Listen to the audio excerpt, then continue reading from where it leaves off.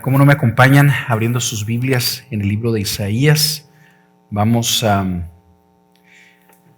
ver ahora otro cántico que está en el capítulo 50.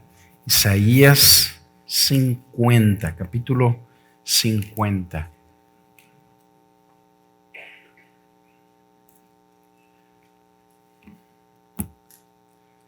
Si me acompañan, vamos a orar y con gusto empezamos a estudiar el mensaje que Dios tiene para nosotros en su palabra.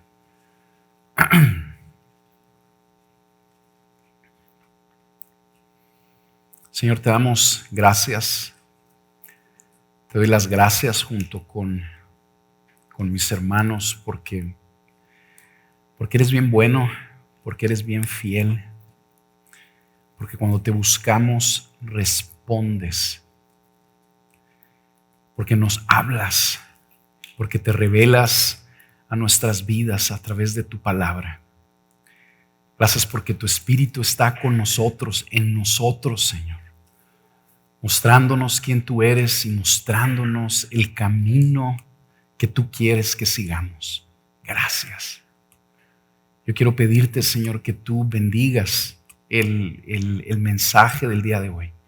Y te pido que me uses una vez más para servir a aquellos que tú amas, para que ellos te vean, para que su fe en ti sea fortalecida, afirmada, para que podamos juntos conocerte de una manera más profunda, experimentarte, Señor, de una manera más palpable, para seguir siendo afirmados y transformados para tu gloria. Y una vez más te pedimos, Señor, que todo esto que estamos viendo y que disfrutamos, que nos permitas ver que se extiende hacia otros. Que las glorias del Evangelio, Señor, que nosotros disfrutamos semana tras semana, que nos permitas ver, Señor, cómo se extienden a través de nuestras vidas, a nuestros familiares, a nuestros vecinos, a nuestro campo de influencia, para que muchos otros doblen sus rodillas a ti y te adoren también. Te lo pedimos en tu nombre. Amén. Amén. Amén. Pues el día de hoy vamos a continuar con esta miniserie que hemos llamado Los Cantos del Siervo Sufriente, donde estamos viendo cómo en el libro de Isaías se anuncia de una manera profética a un pueblo oprimido, un pueblo que está oprimido por los babilonios en el exilio. Se les anuncia por medio de estos cánticos acerca de la venida de un personaje, acerca de la venida del Mesías. A través de estos cánticos se le denomina a este personaje el siervo del Señor. Y este personaje vendría a llevar a cabo una obra poderosa de salvación a favor de este pueblo oprimido. Siempre que los israelitas escuchaban o leían uno de estos cánticos, ellos eran llenados de esperanza, anticipando el día en que el siervo se manifestaría para salvarlos. La semana pasada vimos que este siervo no solamente era la esperanza del pueblo de Israel en el conflicto en el que ellos se encontraban, en ese contexto específico de la historia, sino que también el siervo es la esperanza de todas las naciones. El siervo que es anunciado proféticamente por Isaías es la esperanza de todas las naciones. Y nosotros podemos estar seguros de nuestra salvación, porque así como el Señor cumplió con sus promesas de liberación en el pasado, también en su fidelidad cumplirá en el presente para ti y para mí con las promesas de salvación que el Señor nos ha hecho. La semana pasada vimos que el Señor es fiel, que es poderoso y que es más que hábil para llevar a cabo su obra, que nuestros ojos verán tarde o temprano que el Señor hará todo lo que desea, que tarde o temprano cumplirá cada uno de sus propósitos. ¿Por qué? Porque Él es hábil y Él es capaz de hacerlo. Hoy vamos a estudiar otro cántico, y en este otro cántico se nos muestra de una manera bien bella el carácter de este personaje, el carácter del siervo. Y luego se nos empieza a describir cómo este siervo fiel, poderoso, tenía que ser humillado. Y cómo él, en medio de su humillación, perseveró confiando en el Señor, su Padre. Y que por medio de esa confianza él obedeció. Y por medio de esa obediencia logró la justificación de cada uno de sus escogidos. El título del mensaje es: El siervo justificará a sus escogidos. Lo vamos a ver aquí, como les dije, en Isaías 50, del versículo 4 al 9, y vamos a ver 2 puntos solamente. ¿Cómo no me acompañas leyendo ahí en Isaías 50, empezando en el versículo 4? Dice la palabra de Dios: El Señor Dios me ha dado lengua de discípulo, para que yo sepa sostener con una palabra al fatigado. Mañana tras mañana me despierta mi oído para escuchar como los discípulos. El Señor Dios me ha abierto el oído y no fui desobediente, ni me volví atrás. Ofrecí mi espalda a los que me herían y mis mejillas a los que me arrancaban la barba. No escondí mi rostro de injurias y de salivazos. El Señor Dios me ayuda. Por eso no soy humillado. Por eso he puesto mi rostro como pedernal y sé que no seré avergonzado. Cercano está el que me justifica. ¿Quién discutirá conmigo? Comparezcamos juntos. ¿Quién es el enemigo de mi causa? Que se acerque a mí. Sí, el Señor Dios me ayuda. ¿Quién es el que me condena? Todos ellos como un vaso se gastarán, la polilla se los comerá. Como les dije ahorita, lo primero que vemos aquí es el carácter del siervo del Señor. En los primeros 2 versículos, aquí del versículo 4 y el versículo 5, se nos empieza a mostrar cómo es este siervo, cómo es su carácter. Y quiero animarte a que visualices conmigo al pueblo judío escuchando estas palabras en medio de la opresión en la que se encontraban. Ellos están cansados de los pesados trabajos a los que están siendo sometidos, y en medio de esa opresión fatigante, ellos están escucharon en el capítulo 49 que vimos la semana pasada, que va a venir alguien poderoso a salvarlos. Y después de que recibieron ese mensaje, empiezan a leer los versículos que tenemos aquí. Debió de haber sido bien sorprendente para ellos esa lectura. Te los voy a leer otra vez. Visualiza esto conmigo. Ellos están esperando a una persona que va a liberarlos de un imperio poderoso, a una persona que va a venir a salvarlos, al siervo del Señor. Y luego leen o escuchan esto: el Señor Dios me ha dado lengua de discípulo, para que yo sepa sostener con una palabra al fatigado. Mañana tras mañana me despierta mi oído para escuchar como los discípulos. El Señor Dios me ha abierto el oído y no fui desobediente, ni me volví atrás. Estos judíos, yo me imagino que escucharon esta lectura en shock. ¿Por qué?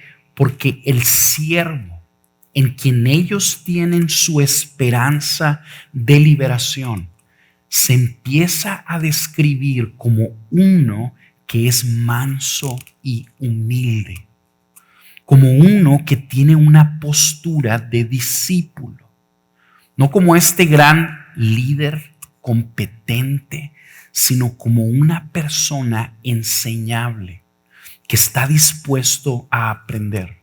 De hecho, la versión en inglés de la ESV traduce este pasaje, les voy a dar una traducción literal, lo pone más o menos de esta manera: el Señor Dios me ha dado lengua como aquellos que son enseñados.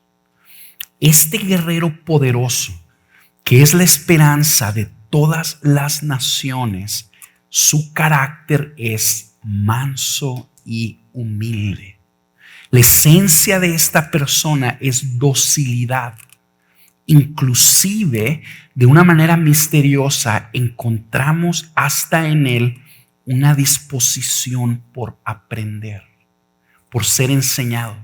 Cuando las personas se acercaban con este siervo que tú y yo sabemos que es Jesús, cuando las personas se acercaban a Jesús, no solo veían a alguien omnisciente, obviamente porque Jesús es Dios, sino que veían también a esta persona omnisciente como con una postura de discípulo, una persona dispuesto a aprender.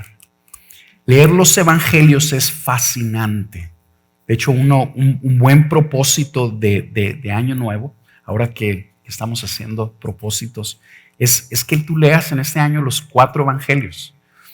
Ahí en los evangelios, algo que tú y yo podemos ver de una manera bien clara, es cómo Jesús, que es el siervo, cómo Jesús manifiesta su divinidad, cómo Él manifiesta que es Dios.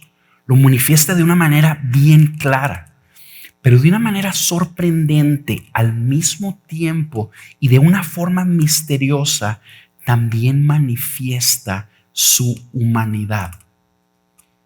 Tú y yo vemos en los evangelios que Jesús es Dios, que es digno de toda adoración, pero también se nos enseña que Él es hombre, completamente hombre, un hombre como tú y como yo, de carne y hueso. De hecho, eso es lo que celebramos en Navidad, que Dios se hizo hombre. Así como Jesús es completamente Dios, la Biblia nos enseña que también es completamente hombre.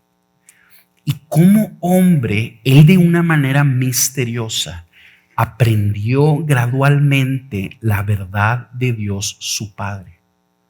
Jesús, siendo Dios, con esta postura de discípulo, siendo enseñable, adquirió la sabiduría que Él tenía. Quiero leerte este pasaje en Lucas 2:52. Te lo van a poner aquí en la pantalla. Fíjate lo que dice. Y Jesús crecía en sabiduría, en estatura y en gracia para con Dios y los hombres. Tú y yo celebramos en Navidad que el Hijo de Dios se encarnó en un bebé. Dios se hizo hombre. Y ese bebé gradualmente fue creciendo en estatura.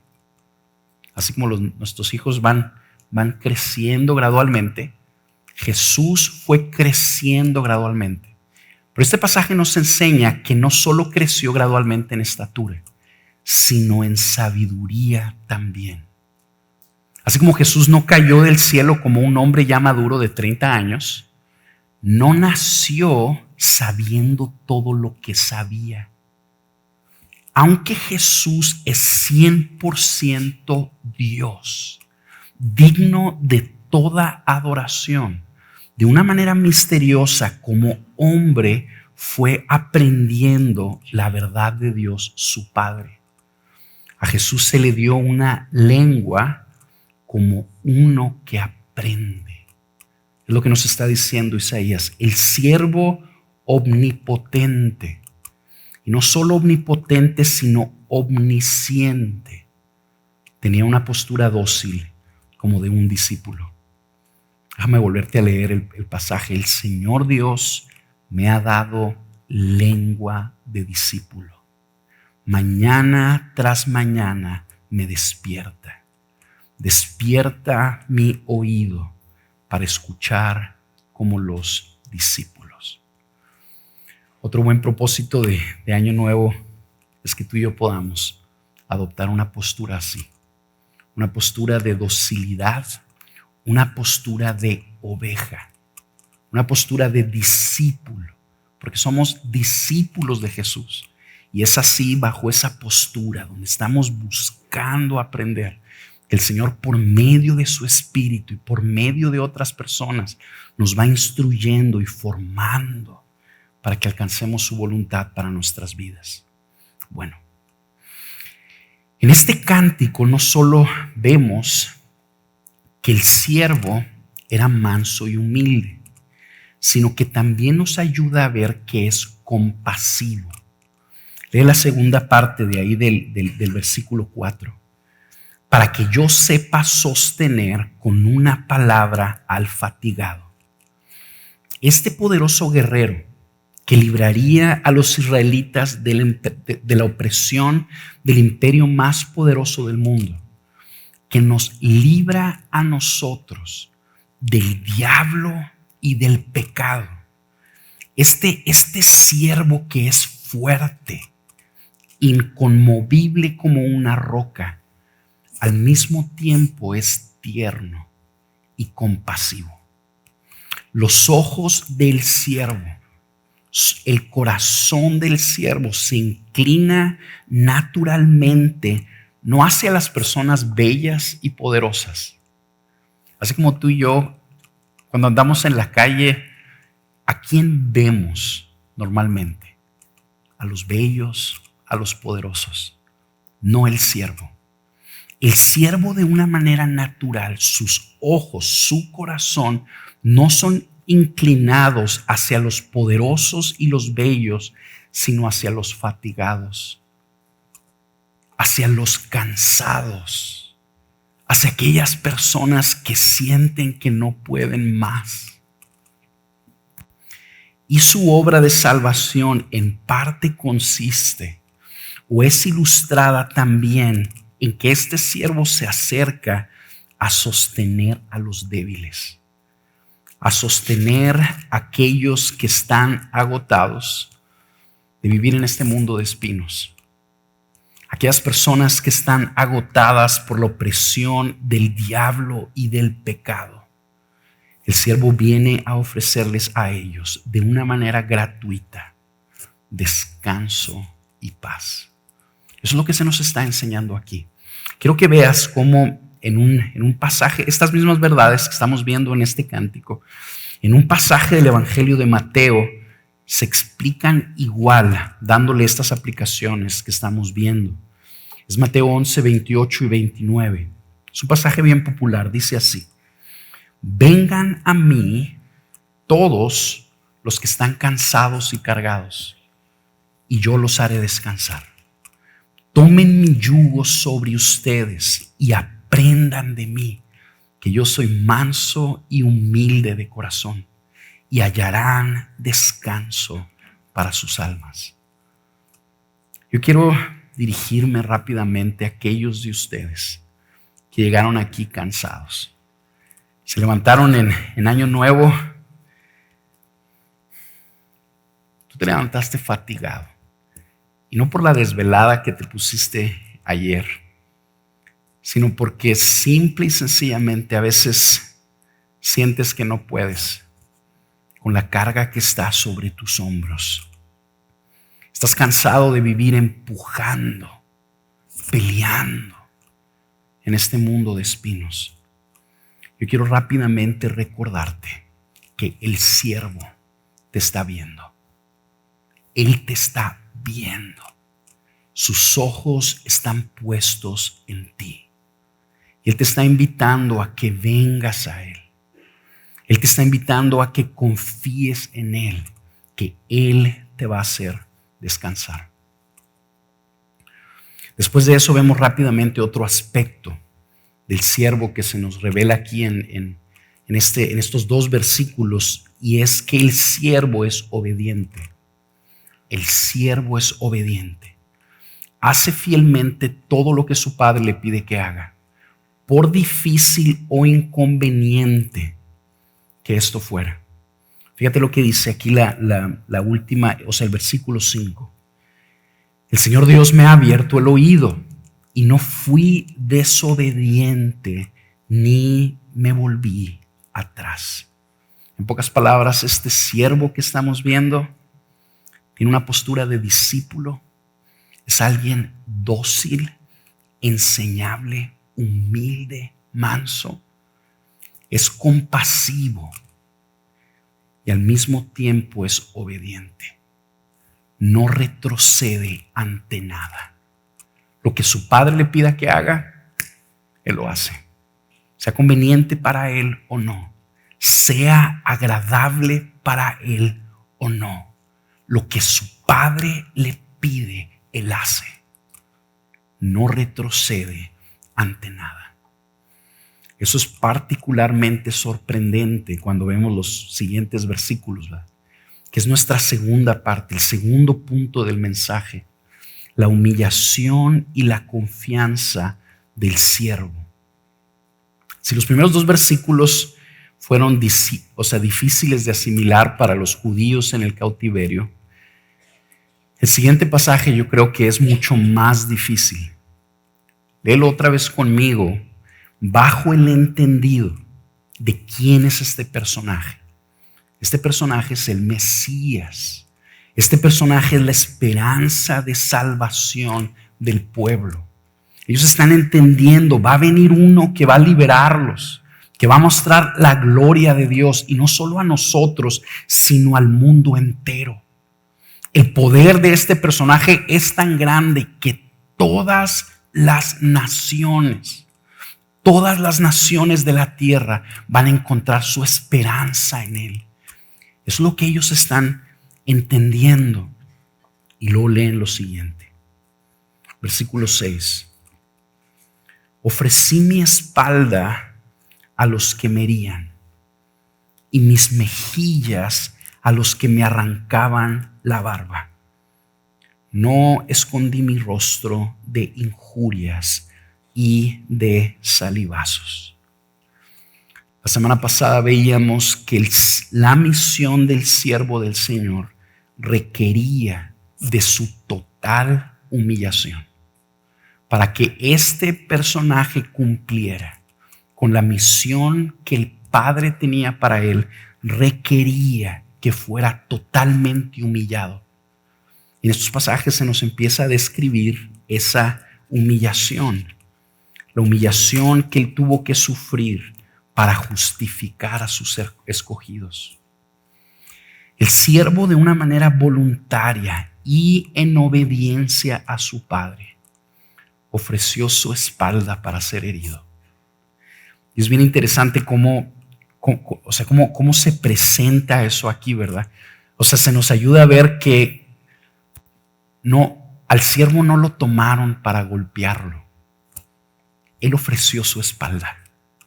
En pocas palabras, él estaba en control en todo tiempo. Él ofreció su espalda para ser castigado con látigos y con varas.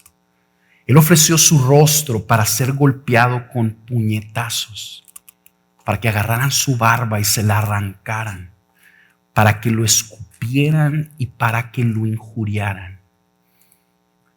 El siervo manso, enseñable, sabio, el Dios hombre todopoderoso, tierno, compasivo y obediente, necesitaba ser humillado.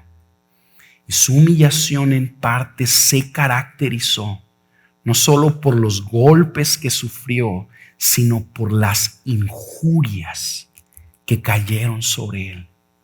El siervo iba a ser acusado falsamente por los líderes de su pueblo. Tú y yo vemos en los evangelios que Jesús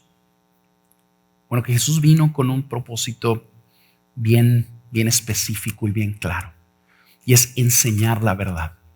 Esa es una de las razones por las que Jesús vino, a enseñarle la verdad al mundo, para que el mundo pudiera conocer a Dios en esa verdad y pudiera ser salvo de la opresión del pecado y del diablo. Bueno, a Jesús lo condenaron al final de su vida por enseñar mentiras. Es como una ironía. Tú ves a Jesús en su misión de proclamar la verdad de Dios y es acusado por los líderes religiosos de su pueblo por enseñar herejías y acusado falsamente de manipular la verdad de Dios a su conveniencia. Nosotros podemos concluir de una manera a lo mejor ligera que la humillación que Jesús sufrió principalmente fueron los golpes que recibió, los latigazos, los varazos, sin percatarnos que él fue humillado al ser acusado falsamente, al ser injuriado, al ser señalado por su pueblo como un falso maestro. Jesús fue desechado y acusado por las mismas personas a las que él vino a servir. Pocas cosas duelen tanto, hermanos. Pocas cosas duelen tanto como ver nuestro nombre desechado como malo y despreciable por aquellas personas que nos importan, por aquellas personas que amamos y anhelamos servir. Pues eso es lo que sufrió el siervo. El siervo recibió injurias. Fue falsamente acusado de que estaba caminando y enseñando algo que iba en contra de los propósitos de Dios. Y como resultado de esa condena que él sufrió, él fue golpeado. Y fue golpeado de una manera severa, de una manera brutal, hasta que sus enemigos se cansaron. Su barba, se nos está describiendo aquí, fue arrancada. Esa era una gran señal de humillación para los antiguos. Fue escupido. Y vez tras vez sus enemigos se burlaban de él hasta que lo entregaron a ser clavado en un madero. Tú y yo sabemos esto por los evangelios. Esto tú y yo no lo vemos aquí con la claridad que lo podemos entender el día de hoy, porque en el Nuevo Testamento se nos explica de una manera más profunda la obra del siervo. Pero en los evangelios algo que sí necesitamos decir es que las transiciones de la humillación de Jesús como que son muy rápidas. No se nos explican. Se nos dice, por ejemplo, por un lado, que Jesús recibe una golpiza brutal y después de eso se nos dice que es crucificado. Pero aquí, en estos cánticos, como que se nos enseña un diálogo interno que Jesús tenía. Quiero leerte un pasaje en los evangelios para que te des cuenta de a lo que me refiero. Fíjate lo que dice Mateo 27, 26. Fíjate lo que dice la última parte. Después de azotar a Jesús, tú y yo sabemos cómo fue Jesús azotado, con látigos y varas en la espalda, puñetazos en su rostro, se le arrancó la barba, lo escupieron. Pero fíjate después lo que dice: después de azotar a Jesús, lo entregó para ser crucificado. Bien rápido. No se nos da detalles de cómo Jesús procesó todo ese camino. Pero aquí en este cántico sí vemos ese diálogo. Vemos cómo el Señor transicionó de los azotes en la espalda hacia la crucifixión. Nos ayuda a ver qué era lo que Jesús estaba pensando, cómo procesaba las cosas, y nos ayuda a ver principalmente cómo confió en su Padre en medio de todo este proceso de aflicción. Vamos a verlo. Lee conmigo ahí el versículo 7. Y recuerda, aquí está el siervo hablando después de ser azotado. Tú y yo sabemos que viene después de que fue azotado. ¿Qué viene después? La crucifixión. Y fíjate el diálogo interno del Señor. El Señor Dios me ayuda. Por eso no soy humillado. Por eso he puesto mi rostro como pedernal y sé que no seré avergonzado. Si tú y yo leemos esto, debemos de preguntarnos cómo es posible que Jesús esté pensando estas cosas después de ser azotado. Y más porque, como decíamos ahorita, tú y yo sabemos que sigue. Tú y yo sabemos que sigue la corona de espinas. Tú y yo sabemos que sigue que carga una cruz. Tú y yo sabemos que sigue que sus manos y sus pies fueran clavadas en un madero. Jesús está enfrentando la tormenta en su punto más alto. La tormenta no va en declive, sino en aumento. Y en medio de eso, Jesús está diciendo que Dios lo ayuda, que el Señor ya ve que su Padre lo ayuda y que por eso no es humillado. Es como si Jesús estuviera haciendo estas expresiones como si ya todo hubiera terminado. O sea, como si ya todo se acabó. Pero tú y yo sabemos que está en medio de la tormenta. Estas expresiones no son frases de que Jesús experimentó su humillación sin sufrimiento. Recuerda que Él era un hombre. Él era un hombre de carne y hueso. Y Él experimentó cada una de sus humillaciones en un dolor como tú y yo lo haríamos. Estas expresiones más bien nos ilustran la confianza que Él tenía en su Padre en medio de su más fuerte aflicción y de su humillación. El siervo, en medio de las injurias, de los golpes, de los salivazos, de los azotes, de los puñetazos, está confiando en su Padre. Él sabe que no está solo. Sabe que su Padre está con él. Por eso es que dice, el Señor Dios me ayuda. Por eso no soy humillado. Y esa confianza lo ayudó a poner su rostro como un pedernal y caminar hacia la cruz. Esa expresión tú y yo la vemos en el Evangelio. En los Evangelios, que Jesús afirmó su rostro para ir a Jerusalén. ¿Qué era lo que le esperaba en Jerusalén? La cruz. El siervo caminó rumbo a su crucifixión, no siendo arrastrado, sino con determinación. En medio de todas las burlas y de los golpes, caminó con firmeza, porque sabía que a través de esa humillación, él no solo sería vindicado en un futuro, sino que lograría la justificación de sus escogidos. Tú y yo vemos en este pasaje a Jesús caminando como viendo el final de la historia, o viendo lo que vendría después de su humillación. Jesús atravesó la tormenta viendo el final, viendo lo que vendría después. Por eso es que él estaba seguro de que no sería avergonzado. Déjame leerte el pasaje otra vez.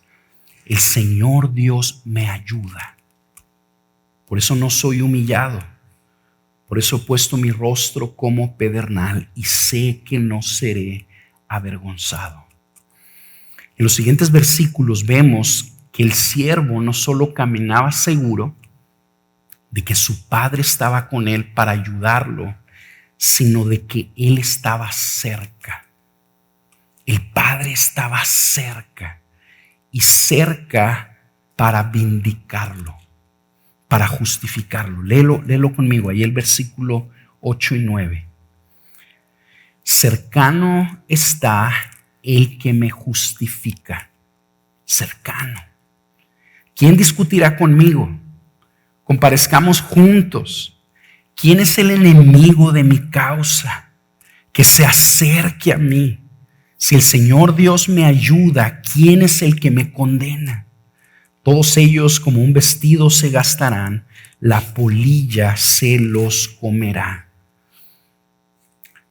Jesús está siendo acusado de haber roto la ley de Dios. Está siendo injuriado continuamente. Pero es como extraño.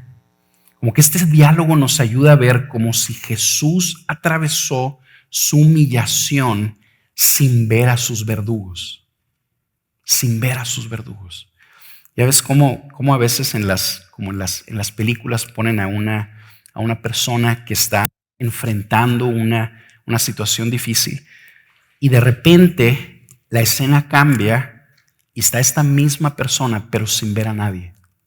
Está solo, como que caminando ese proceso sin toda la presión externa. Algo así está pasando aquí. A Jesús se nos está describiendo como uno que no está viendo lo que está a su alrededor. Fíjate las palabras, fíjate ahí el versículo 8. Cercano está el que me justifica. ¿Quién discutirá conmigo? Comparezcamos juntos. ¿Quién es el enemigo de mi causa? Que se acerque a mí. Si tú y yo estuviéramos ahí y escucháramos a Jesús meditando en estas cosas mientras iba a ser crucificado, fácilmente le podíamos contestar algo así como: Jesús, tus enemigos están aquí. Los que discutieron contigo y te acusaron falsamente y prevalecieron en los tribunales están aquí. Tú no necesitas que se acerquen a ti. Te están golpeando. Te están escupiendo. Estos enemigos son los que te arrancaron la barba. Obviamente no es que el siervo haya perdido la razón, sino como dijimos ahorita, él está caminando en confianza. Está caminando firmemente como si estuviera viendo algo. Como se nos dice en el libro de Hebreos, está caminando como viendo al invisible. Él está fijamente mirando al único que al final prevalecería. Está mirando fijamente a su Padre, quien después de un poco de tiempo lo iba a justificar, lo iba a vindicar, lo iba a declarar justo e inocente, y su Padre pondría todas las cosas en orden. Jesús estaba sufriendo las injurias y los golpes de sus enemigos, pero los veía a la luz de lo que es cierto. Él los veía como personas que pronto ya no iban a estar. Fíjate lo que dice, versículo 9. Si el Señor Dios me ayuda, ¿quién es el que me condena? Todos ellos que están aquí conmigo condenándome, como un vestido se gastarán. La polilla se los comerá. Jesús estaba viendo su justificación futura. Él estaba enfrentando la tormenta, viendo su justificación futura, viendo el día de su vindicación. Yo estaba estudiando el pasaje y decía, qué curioso, pareciera como si Jesús está hablando esto después de la resurrección. Ya cuando Él resucitó, ya cuando su nombre fue vindicado, entonces tú y yo entenderíamos todo esto. Pero los golpes en la espalda y el arrancarle la barba no sucedió después de la resurrección, sino antes, rumbo a su crucifixión. Jesús está enfrentando su humillación, viendo su justificación futura. Y así es como prevaleció. Así es como él, como hombre, menospreció la burla y la vergüenza. Y en esa confianza perseveró en medio de esa terrible humillación. Ahora, este cántico tiene una importante enseñanza para nosotros.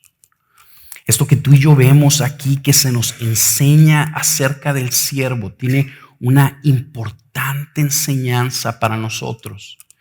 Porque así como Jesús atravesó su humillación, esta escena que vemos aquí nos ilustra a nosotros cómo debemos de atravesar ciertas temporadas de nuestro peregrinaje aquí en la tierra. Así como tú y yo vemos en Jesús esta postura donde Él estaba viendo el final de la historia, esa postura nos enseña a ti y a mí cuál es la postura que tú y yo debemos de tomar para atravesar ciertas temporadas de nuestro peregrinaje aquí en la tierra. Y para entender esto mejor, te quiero pedir que me acompañes al libro de Romanos. Vamos al libro de Romanos, ahí en tu Biblia, capítulo 8, versículo 33. Y vamos a este pasaje, porque en este pasaje el apóstol Pablo hace una referencia directa a este cántico que nosotros vimos en Isaías. Y con esta referencia le está explicando a los romanos algunas implicaciones que el evangelio tiene a sus vidas. Quiero que lo veas conmigo. Romanos 8:33. Dice la palabra de Dios: ¿quién acusará a los escogidos de Dios? Si Dios es el que justifica, ¿quién es el que condena? Si Cristo Jesús es el que murió. Sí, mas aún el que resucitó, el que además está a la diestra de Dios, el que también intercede por nosotros. Aquí está el apóstol Pablo, inspirado por el Espíritu Santo, haciendo una referencia a Isaías 50.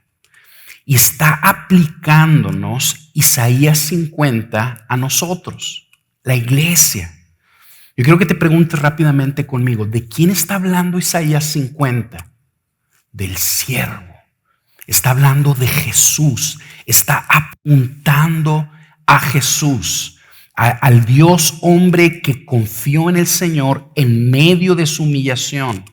Al Dios hombre que estuvo dispuesto a que su espalda fuera golpeada, a que su barba fuera arrancada y a que sus manos fueran clavadas en una cruz. Bueno, aquí Pablo nos ayuda a ver que el beneficio, la ayuda, la justificación, la vindicación que el siervo recibió en manos de su Padre es de la iglesia también.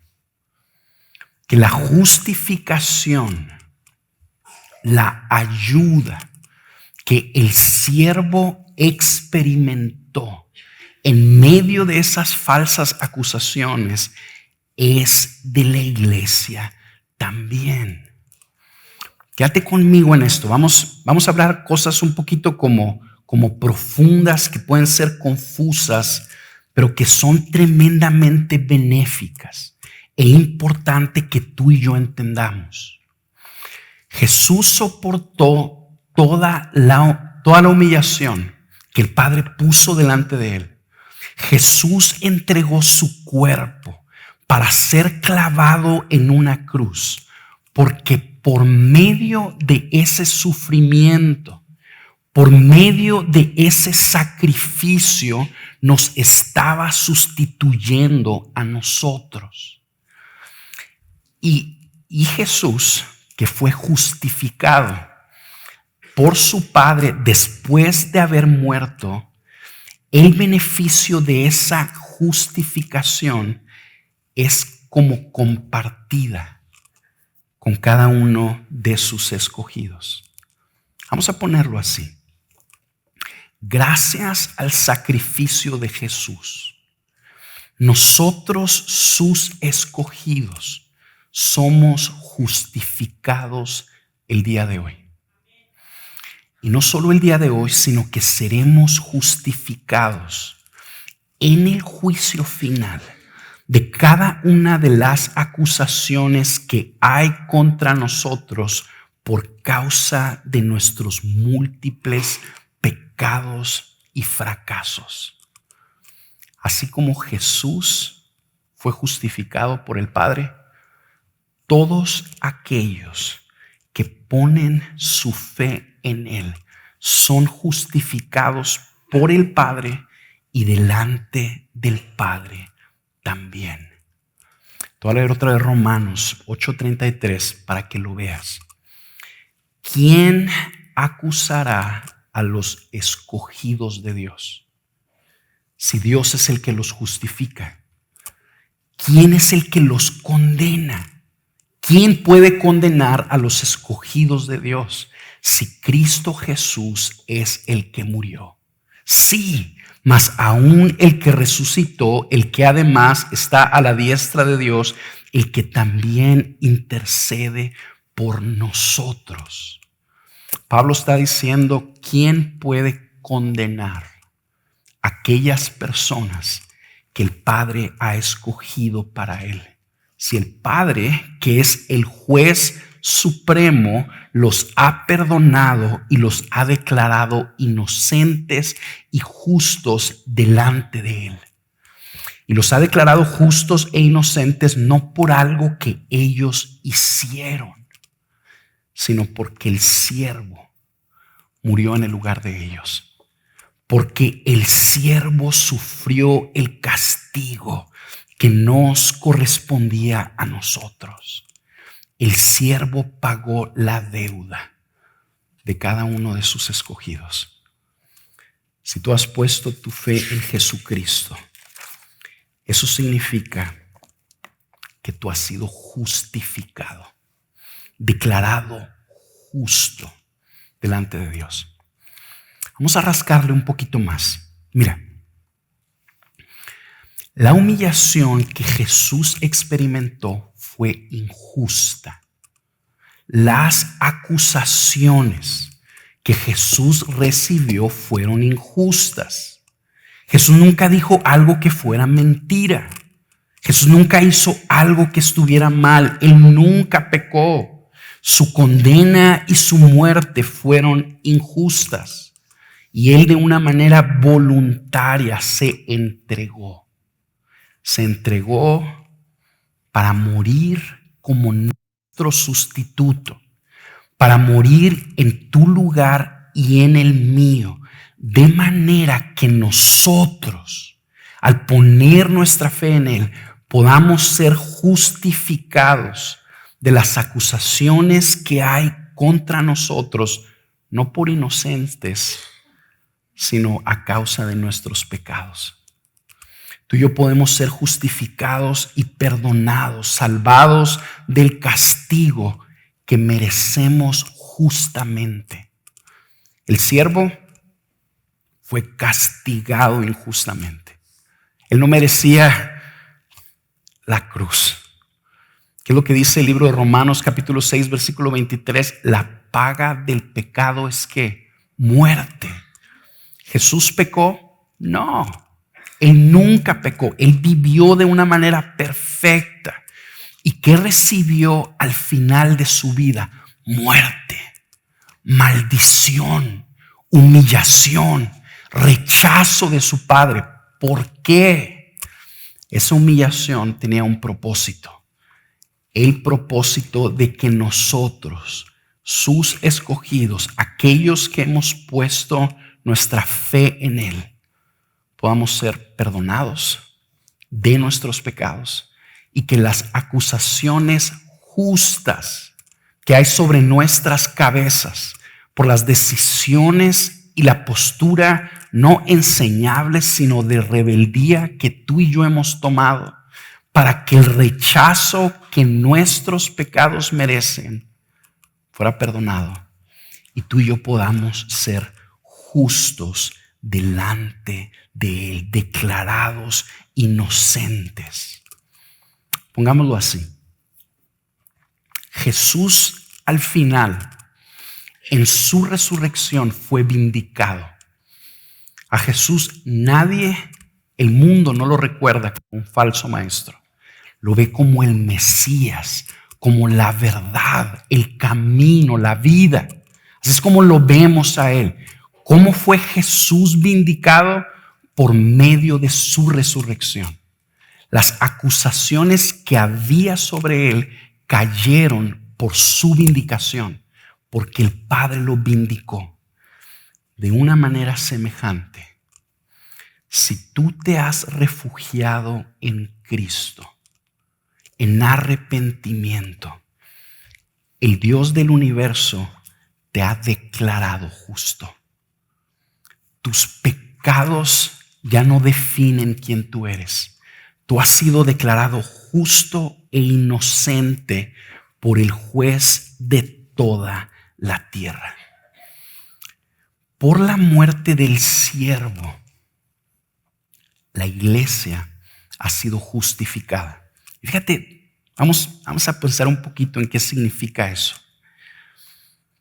La declaración del juicio final. En el juicio final, tú y yo vamos a ser puestos delante de Dios para ser juzgados por nuestras obras y por la forma en la que vivimos en esta tierra. La declaración del juicio final, el Señor ya no la dio. Y aquellos que están en Cristo, el Dios del universo ha declarado que son justos e inocentes.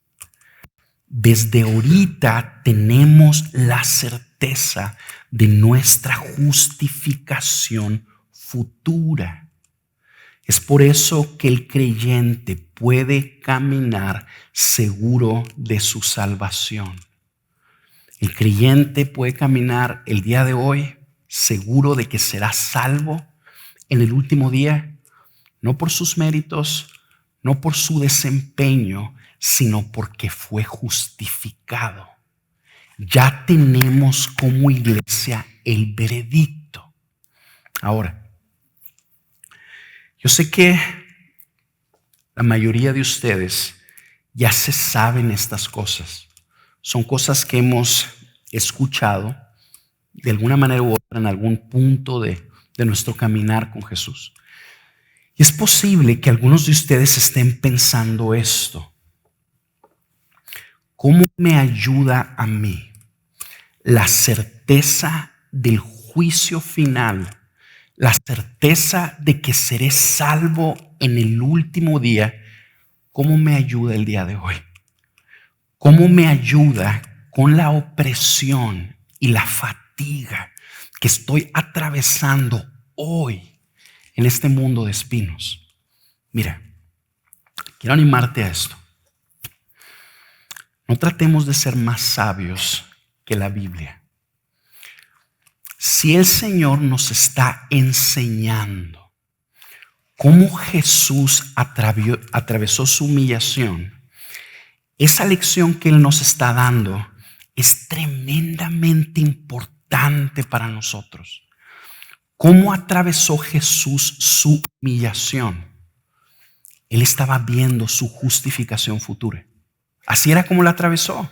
Él estaba atravesando las burlas, las injurias, los golpes, el dolor, con sus ojos puestos en el final, en lo que él sabía que pasaría después de todo eso, en que el Padre lo justificaría y lo vindicaría.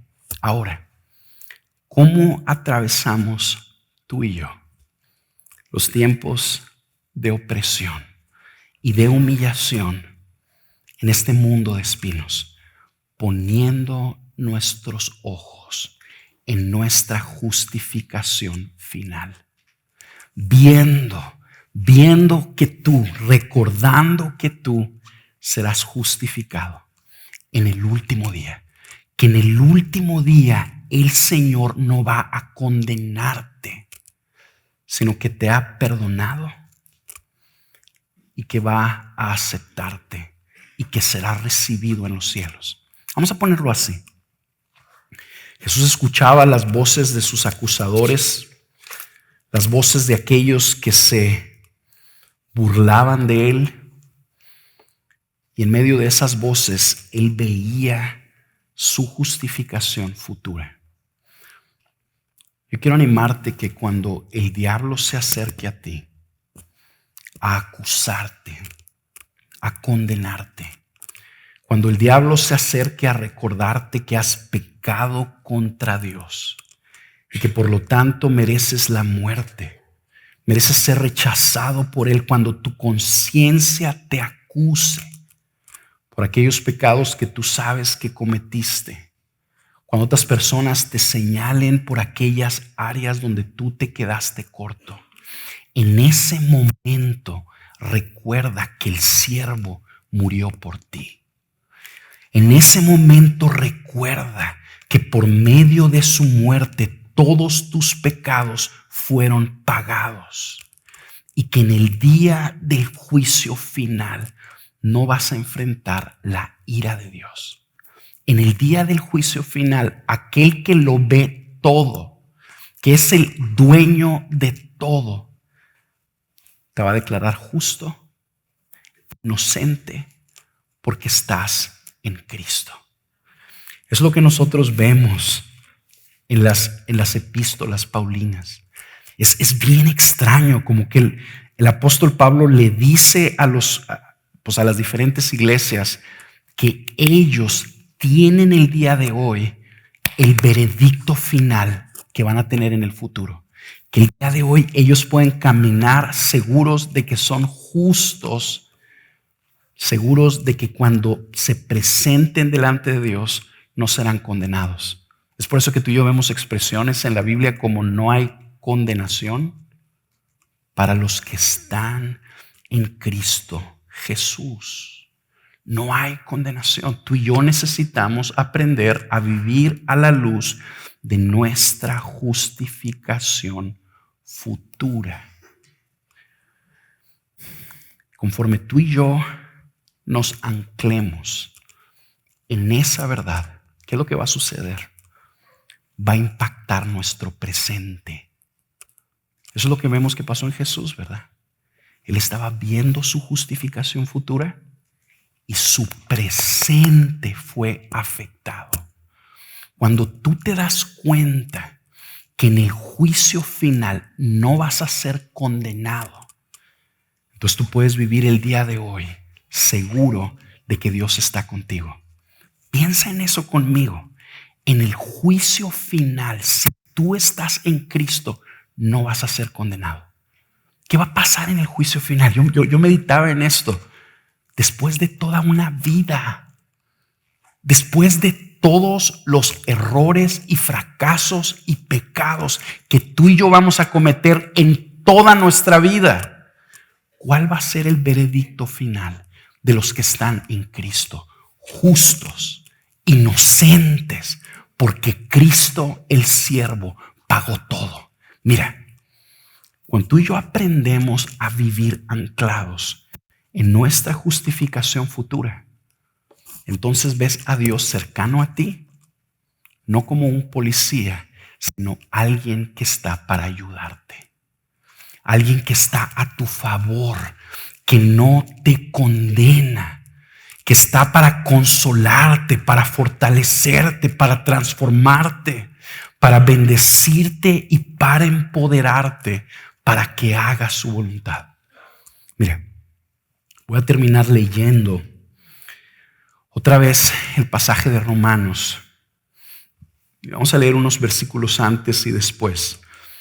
Y vamos a ver cómo esta verdad de la justificación futura, de que aquellos que están en Cristo no serán condenados, sino serán recibidos en los cielos.